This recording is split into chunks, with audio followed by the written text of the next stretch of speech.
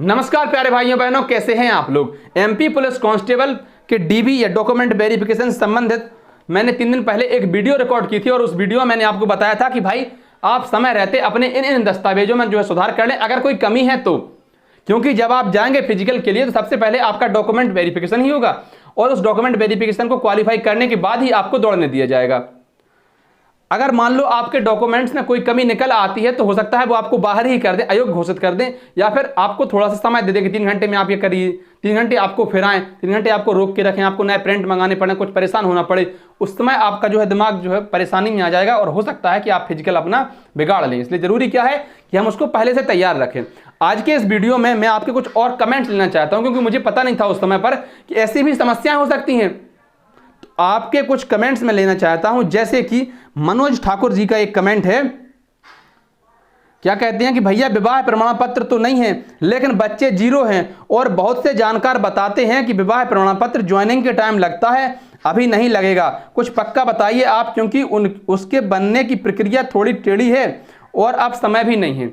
संभवतः यह बहुत लोगों को दिक्कत आएगी, लेकिन आप एक बात सोचिए, हमें डॉक्यूमेंट्स वो चेक कराने हैं जो हमने फॉर्म जो भरा था। फॉर्म तो हमने अपने मन से भरा था, किसी ने अपने घर पर फॉर्म भरा होगा, तो किसी ने जो है कैफे वाले से फॉर्म भरा होगा, किसी सरकारी अधिकारी कर्मचारी ने तो हमारा फॉर्म भरा नहीं है। हमने जो जानकारी दे दी, जैसे हमने जानकारी दे दी कि मैं जी हाँ 12 पास हूँ, तो वो कहेंगे कि लाओ 12 की मार्कशीट दिखाओ कहाँ पर है। भाई मैंने तो कह दिया कि मैं 12 पास हूँ, तो वो पूछेंगे ना कि 12 की मार्कशीट दिखा दो कहाँ पर है।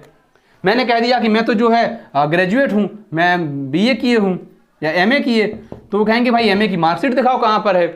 कहेंगे कि नहीं कहेंगे। मैं OBC से आता हूँ, मेरी फलानी जाति है, तो कहेंगे कि प्रमाण पत्र दिखाओ। तो बस यही है कि फॉर्म तो हमने अपने मन से भर दिया है, लेकिन अब हमें उसको सत्यापित कराना है। ऐसा ही है कि अगर आपने जो है फॉर्म भरा, उसमें मैरिड स्टेटस डाला है, तो इसका मतलब है कि आपको विवाह प्रमाण पत्र देना होगा। लेकिन अब अभी लेते हैं कि ज्वाइनिंग के समय लेते हैं, ये अलग चीज़ें हैं, पर देना जरूर पड़ेगा। एक और चीज़ है, मध्य प्रदेश में क्या पूरे देश में एक नियम है कि आपके जीवित बच्चे की संख्या 2 से अधिक नहीं होनी चाहिए। इसलिए बच्चों की संख्या भी मेंशन करते हैं जब आप फॉर्म में स्टेटस मैरिज डालते हैं, तो क्या आपके बच्चे हैं, तो आप कहें नहीं हैं। तो इससे संबंधित जानकारियां जो है दिखानी पड़ती हैं। इसीलिए जो है अब रोजगार पंजीयन समग्र ID से बनने लगा।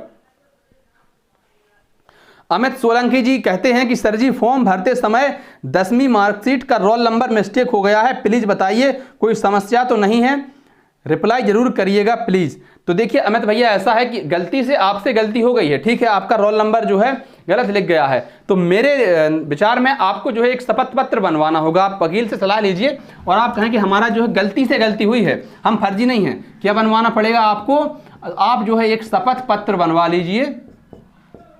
शपथ पत्र आप बनवा लें तो फिर आपको जो है कोई दिक्कत नहीं होगी कि देखिए हमसे जो है त्रुटि हो गई थी, हम फर्जी नहीं है। अपन को दिखाना तो यही है ना कि अपन फर्जी नहीं है, अपन ने मध्य प्रदेश बोर्ड से या किसी भी बोर्ड से परीक्षा पास की है, हमारी कास्ट सर्टिफिकेट या EWS प्रमाण पत्र जो भी है वो गलत नहीं है, निवास प्रमाण पत्र हमारा गलत नहीं है। बस ये चीज़ें अपन को वेरीफाइड करानी है।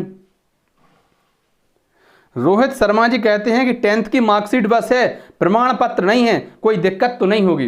प्यारे भाई, ऐसा कैसे हो सकता है कि आपके पास सिर्फ मार्कशीट हो, प्रमाण पत्र ना हो? या तो आपने 2013 के बाद की हो परीक्षा 10वीं की पास, तो उसमें हो सकता है कि एक ही हो मार्कशीट, या उसमें लिखा होगा, आप पढ़कर देखिए एक बार, अंक सूची सह प्रमाण पत्र। क्या लिखा होता है? इस प्रकार से लिखा होता है, अंक सूची सह प्रमाण पत्र,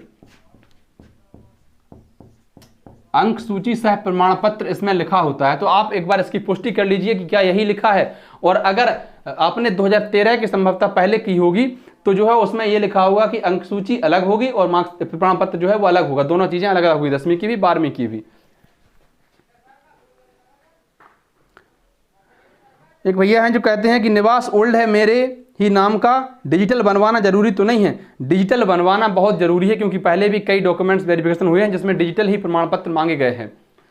तो आपको डिजिटल प्रमाण पत्र होना बहुत जरूरी है, लेकिन ध्यान रखें कि आप जब उसको डिजिटल बनवाएं तो या तो पुराने की फोटो कॉपी रख लें या जो भी रख लें वो संभाल कर रखें। दोनों चीज़ें आपको दिखाने की जरूरत पड़ सकती है।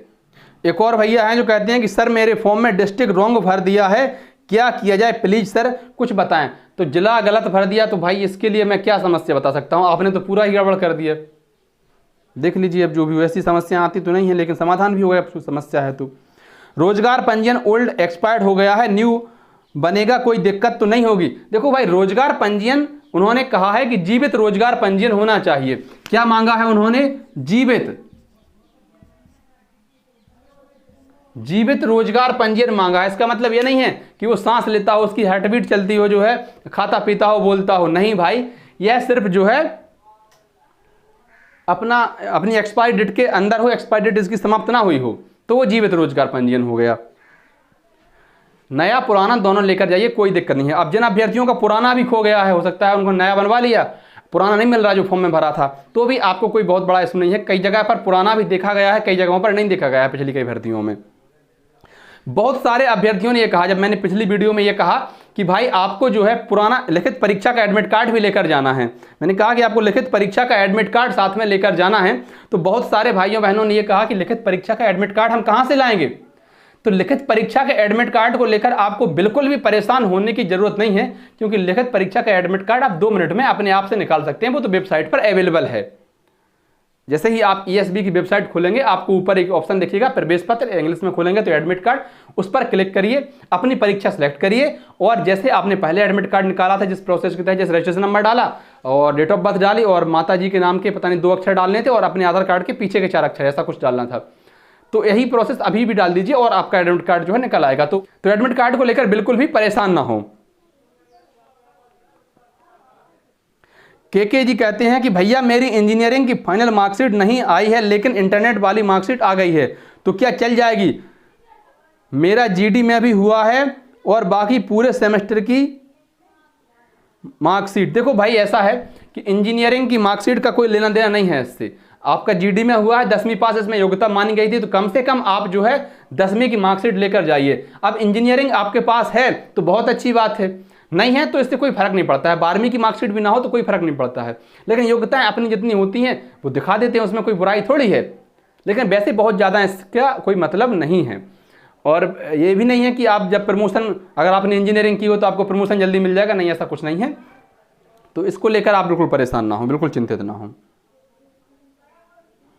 भैया EWS वालों को इनकम सर्टिफिकेट लगेगा क्या? देखो, आय प्रमाण पत्र को लेकर बहुत सारी विसंगतियां हैं। बहुत अभ्यर्थियों का मानना है कि आय प्रमाण पत्र लगेगा कि नहीं लगेगा।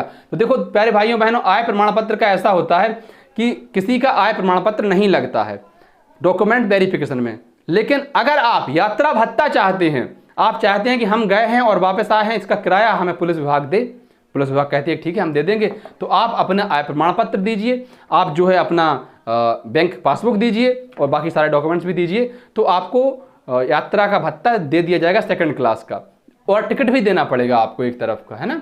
तो इसके बाद इसमें ही आय प्रमाण पत्र लगता है। वैसे नॉर्मली आय प्रमाण पत्र आज तक नहीं मांगा गया है। और एक बात का ध्यान रखें, जो भी आपके दस्तावेज होते हैं वो आपके सारे ही डॉक्यूमेंट्स फॉर्म भरने की डेट के पहले के, मतलब विज्ञापन की डेट के पहले के होने चाहिए।